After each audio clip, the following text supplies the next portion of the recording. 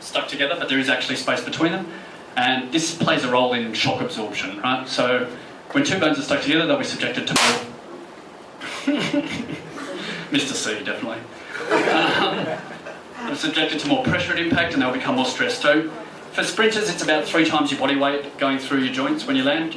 And for jumpers, it can be up to 10 times. So we're talking about a lot of stress here. You want everything to be working as well as you can.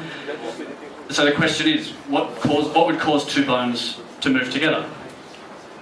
You know me, it's going to be an imbalance of some sort. So we'll look at the flexibility first. So with the foot, it's going to be your calf muscles or your plantar fascia. Yeah. So if you're too tight down there, the tighter that they get. We're talking about a muscle moving from a bone to a bone. So it starts off running from here to here. If it gets too tight, it's going to shorten, and that's going to compress everything within its range. Okay. So something like the tibialis posterior is going to cross most of the bones of your feet. The same with flexor digital and longus. And so there are certain muscles that can affect every single bone in your foot. Muscles too tight, calves and plantar fascia. An accumulation over time from an imbalance where more weight is being absorbed on one side than the other.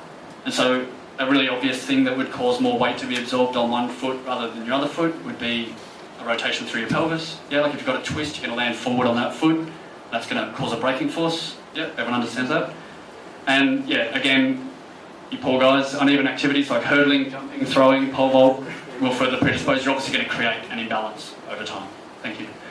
So how to identify when you are more at risk? Calf muscle flexibility. Everyone knows how to stretch their calves? Yeah, there's 2 ways you're supposed to do it, 2 ways. Because you're gastrocnemius, one of your calf muscles crosses your knee joint, so you need to do the straight leg calf stretch. Everyone knows, up against the wall, heel down.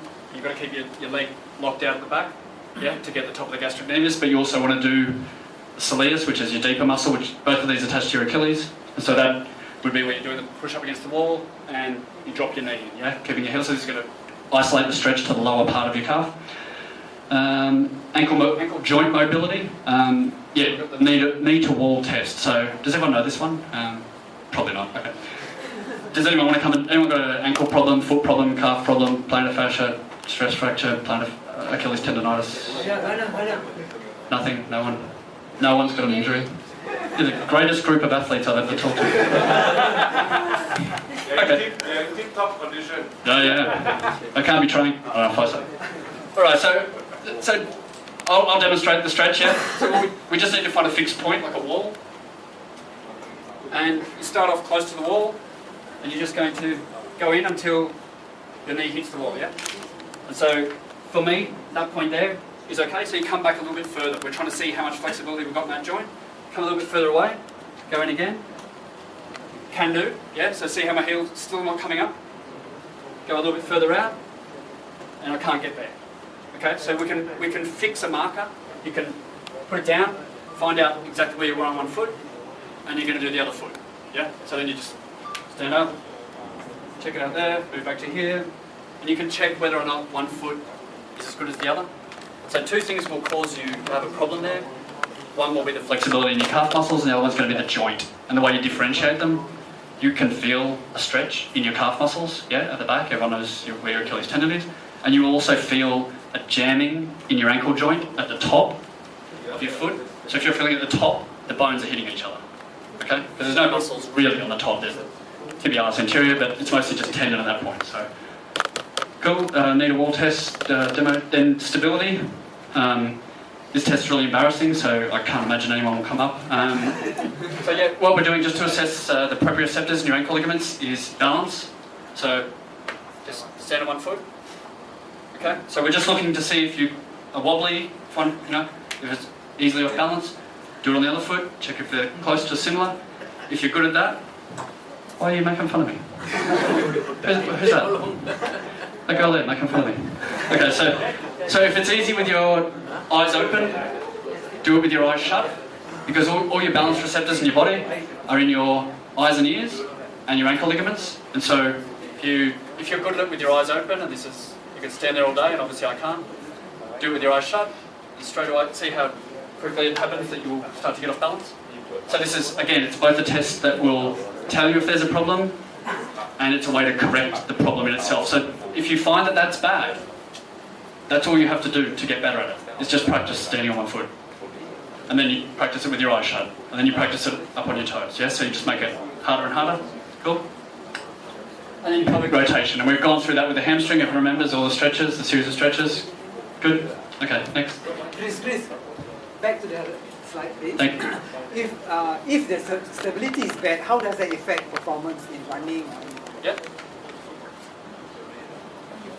Pardon me. I've lived in Singapore for 4 months, so I'm still adjusting to the heat. So the key to stability, like about 20 slides ago, I talked about the study where they said that the less negative work that you have to do at a joint in the stance phase, the more power you've got. So with your ankle, if we're unstable, basically when you land, your foot is going to collapse. Instead of being in the power position, like if you stick in that straight line there and you land and you bounce straight back off it, you've wasted no energy. But if you go side to side at all, like even a tiny bit, and obviously like with 100 metres, like with the higher intensity or jumpers or something like that, where you've only got a really short amount of time, the higher intensity, it's going to expose it. And then at the other end of the spectrum, 10 kilometre, marathon.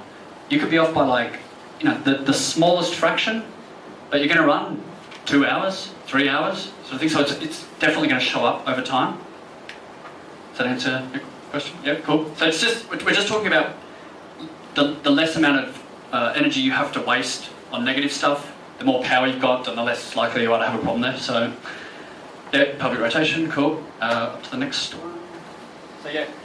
So correcting the imbalance. So with the calf muscles, I've shown you all how to do the stretch, but another great tip, and this is fantastic for plantar fasciitis, and for anyone, you know, with ankle problems or a shin splints or stress fracture, get a golf ball, throw it on the ground, and just roll your foot over it. Yeah. So what we're talking about, if you imagine the arch of your foot, put the ball down on the ground, and then you're going to just roll your foot back and forth over it. Yeah. So you need to be very careful with this, not to hit on the heel bone. Okay, it's very easy to bruise that bone. We're just talking about working through the arch. Everyone knows the area that I'm talking about. We're not going to be working on the back, on the bone itself, and we're not going to be working up underneath the toes. It's all just through that middle foot there. Where I mean, it's not soft, but you know the area I'm talking about, softer plantar fascia tissue. Just want to get that as soft as you can, massage it. Then you're going to do all your calf stretches. So it's a great combination. You loosen up your ankle, stretch out your calf muscles. Cool. So is it just lightly massage it, or you are putting some pressure on the golf ball? Yeah, I mean, it's a fine line. You know, you want to.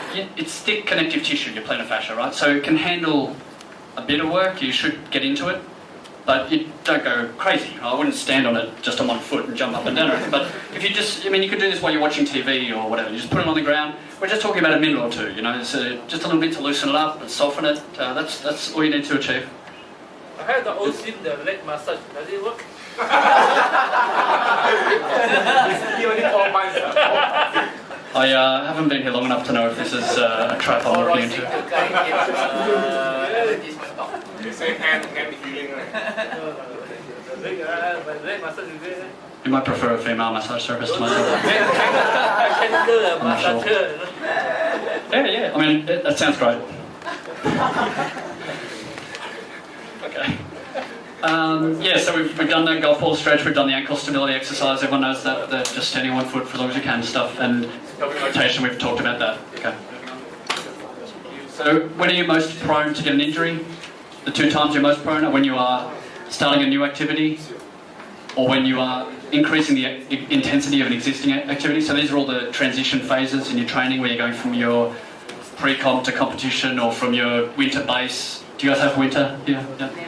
Winter base, moving into more specific stuff. Only those times where you change. Just my luck, there was a study done in July this year in the International Journal of Athletic Therapy and Training entitled Lower Extremity Stress Fractures in Runners. I love it. Just what I had to do a speech on.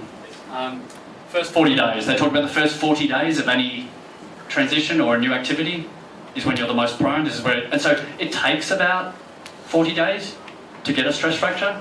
It's not going to happen in one go. That's a fracture. That's like being hit with a hammer or something like that. But the stress fracture takes time to build up. It's going to take a few weeks, and so yeah, by 40 days, if you've got one, it started a month ago. Yeah. So it's always when you've got to change. Okay. Next. So take-home message. You can rest easy now. We're nearly done. Imbalance increases your chance of activity. Stay loose through your hips. stay strong through your core. Everyone knows about core strength and stuff like that. We could do a whole day on that instead. I didn't want to do too much. Stay loose through your ankles and stay strong through your ankles as well. I think I'll run out. Oh no, I haven't killed the battery. Yeah, so everyone upstairs, we're staying loose through our hips, we're staying strong through our hips, we're staying loose through our ankles and strong through our ankles. Everyone's happy that I've taken you through a good way to do that? Yeah? Great. And next, my final thought. You're spending a lot of time on getting strong and getting fit and getting fast, but how much time are you spending on staying balanced? How much time are you spending on preventing the injuries that you spend so much time training? Yep. You don't want to lose all the hard work that you do, so hopefully the talk that I've given you today has given you some things to think about and some ways to assess if you've got problems coming and some things to do to avoid them. So thanks for your time and best of luck with all your training. Thank you, Chris. May I invite Mr.